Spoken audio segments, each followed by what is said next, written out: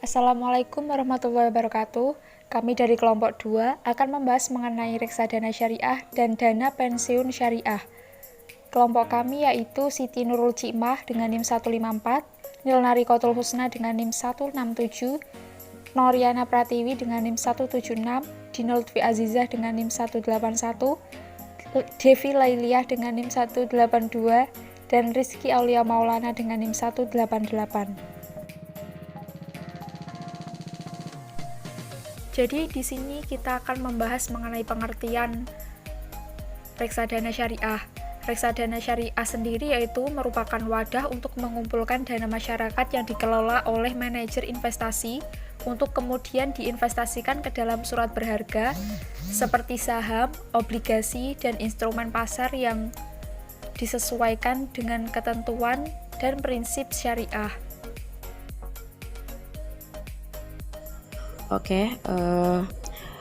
Di sini saya akan menjelaskan tentang pandangan syariah tentang reksadana.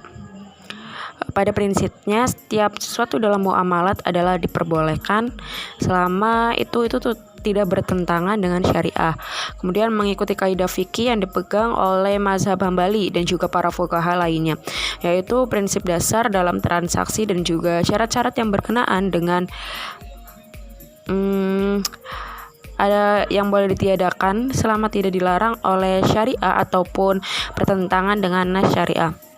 Kemudian untuk meminjam reksadana syariah beroperasi tanpa menyalahi aturan kesyariahan seperti yang diatur dalam fatwa DSN.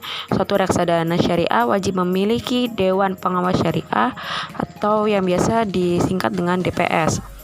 Fungsi utama dari DPS sendiri adalah sebagai penasehat pengelola investasi mengenai hal-hal yang terkait dengan aspek syariah dan juga sebagai mediator antara reksadana dengan DSN.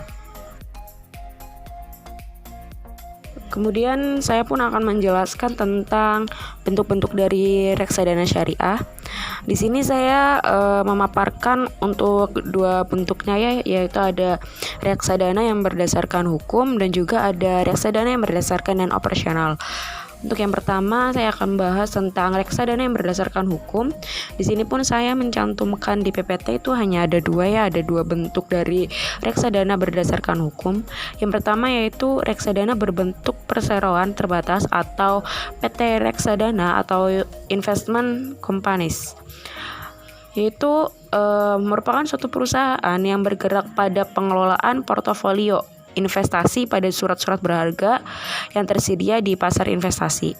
Kemudian untuk bentuk reksadana berdasarkan hukum yang kedua yaitu ada reksadana yang berbentuk kontrak investasi kolektif atau unit investment trust, yaitu kontrak yang dibuat antar manajer investasi dan juga bank kustodian yang juga mengikat pemegang unit penyertaan sebagai investor. Kemudian untuk bentuk-bentuk reksadana syariah yang kedua ada reksadana berdasarkan operasional. Di sini saya pun mencantumkan di PPT itu ada dua bentuknya. Yang pertama itu ada reksadana yang terbuka atau open end fund, yaitu reksadana terbuka menjual sahamnya melalui penawaran umum. Untuk seterusnya itu dapat dicatatkan pada bursa efek. Kemudian untuk bentuk dari reksadana yang berdasarkan dengan operasional yang kedua ada reksadana tertutup atau closed end fund, yaitu reksadana tertutup yang menjual saham atau unit penyertaan secara terus-menerus sepanjang ada investor yang membeli. Perbedaan reksadana syariah dan konvensional. A. Kelembagaan. Lembaga keputusan tertinggi di syariah dalam hal keabsahan produk adalah Dewan Pengawas Syariah yang beranggotakan beberapa alim ulama dan ahli ekonomi syariah yang direkomendasikan oleh Dewan Pengawas Syariah Nasional Majelis Ulama Indonesia atau DSN MUI. B. Hubungan investor dengan perusahaan. Sistem bagi hasil yang mengenai keuntungan dan kerugian hubungan investor dengan perusahaan. Yang dimaksudkan di sini adalah adanya kesepakatan antara kedua belah pihak dengan sistem mudharabah. C. Kegiatan investasi reksadana syariah. Berinvestasi dengan reksadana syariah dapat melakukan apa saja sepanjang tidak bertentangan dengan prinsip syariah yang ditentukan oleh Dewan Pengawas Syariah.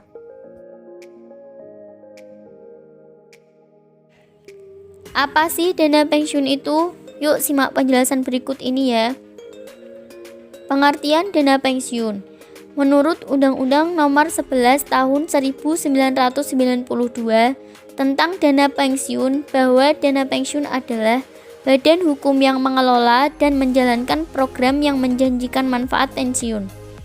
Adapun menurut ahli Abdul Qadir Muhammad dan Rita Murniarti tahun 2000, bahwa dana pensiun adalah dana yang secara khusus dihimpun dengan tujuan untuk memberikan manfaat kepada peserta ketika mencapai usia pensiun, mengalami cacat, atau meninggal dunia. Program dana pensiun adalah dana yang dibentuk untuk pembayaran karyawan setelah tidak bekerja lagi karena memasuki masa pensiun. Tujuan dan fungsi dana pensiun syariah. 1. Pemberi kerja perusahaan. Kewajiban moral, loyalitas, kompetisi pasar tenaga kerja. 2. Karyawan atau peserta dana pensiun.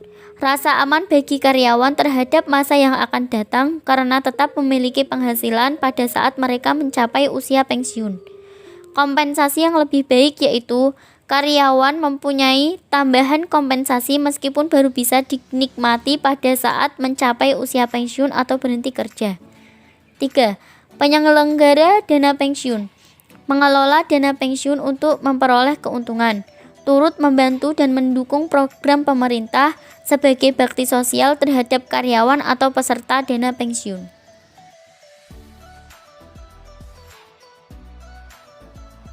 Adapun fungsi dana pensiun menurut Kadarisman dan Sari Wahyuni antara lain dapat dijelaskan sebagai berikut. Yang pertama, asuransi, yaitu peserta yang meninggal dunia atau cacat sebelum mencapai usia pensiun dapat diberikan uang pertanggungan atas beban bersama dari dana pensiun. Yang kedua, tabungan, yaitu himpunan iuran peserta dan iuran pemberi kerja merupakan tabungan untuk dan atas nama pesertanya sendiri. Yang ketiga, pensiun, yaitu seluruh himpunan iuran peserta dan iuran pemberi kerja serta hasil pengelolaannya akan dibayarkan dalam bentuk manfaat pensiun sejak bulan pertama sejak mencapai usia pensiun selama seumur hidup peserta dan janda atau duda peserta. Jenis-jenis dana pensiun syariah. Jenis kelembagaan dana pensiun menurut Undang-Undang Nomor 11 Tahun 1992 tentang dana pensiun pasal 2 bab 2 dapat digolongkan menjadi dua sebagai berikut. Yang pertama, dana pensiun pemberi kerja (DPPK). Dana pensiun pemberi kerja adalah unit organisasi dalam suatu perusahaan yang khusus menangani dana pensiun bagi karyawannya. DPPK dibentuk oleh orang atau badan yang mempekerjakan karyawan untuk menyelenggarakan program pensiun.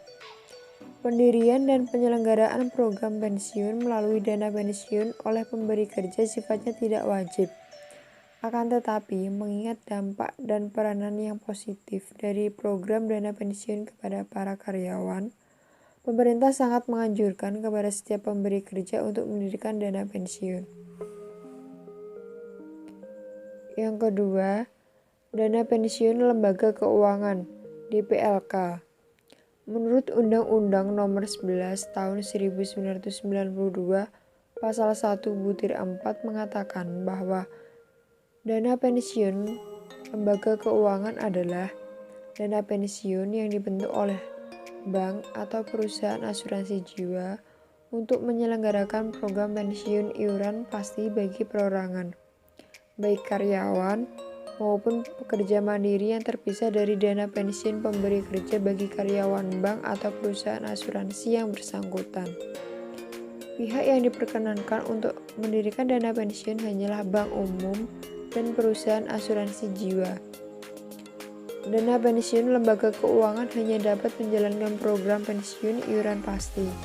Program ini terutama diperuntukkan bagi para pekerja mandiri atau perorangan, misalnya dokter, pengacara, pengusaha yang bukan merupakan karyawan dari lembaga atau orang lain, biasanya merupakan memiliki penghasilan yang bukan berasal dari pemberi kerja, tetapi dari usahanya.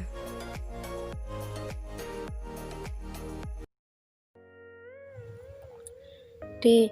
Kendala pengelolaan dana pensiun syariah. A. Dalam konteks strategi pengembangan industri, ketika perbankan, asuransi, dan pasar modal syariah sudah memiliki dan masuk dalam roadmap strategi pengembangan masing-masing industri, dana pensiun syariah belum disentuh sedikit pun dalam kebijakan dan strategi pengembangan industri dana pensiun tahun 2007 sampai 2011. B.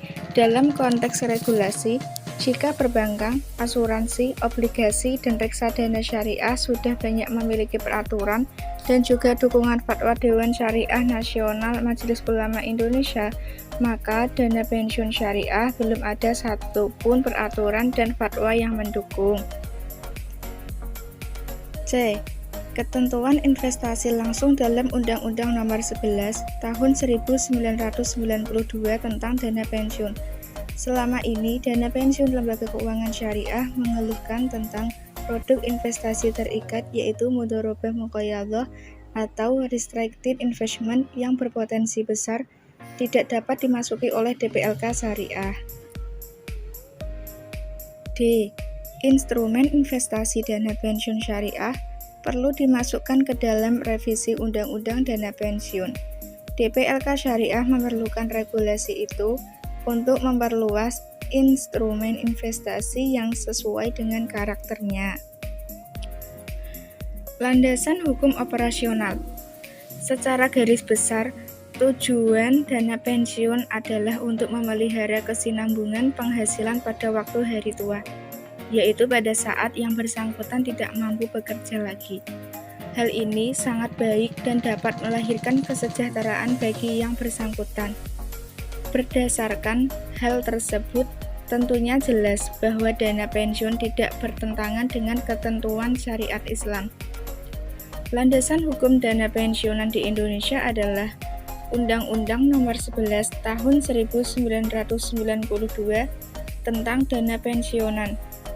Program dana pensiun di Indonesia dilaksanakan oleh lembaga pemerintah maupun swasta.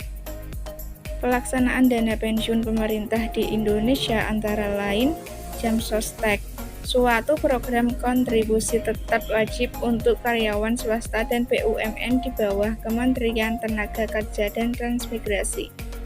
Namun, Kementerian Keuangan memegang peranan dalam pengawasannya. Sekian pemaparan dari kelompok kami mengenai reksadana syariah dan dana pensiun syariah. Kurang lebihnya mohon maaf. Terima kasih atas perhatiannya. Wassalamualaikum warahmatullahi wabarakatuh.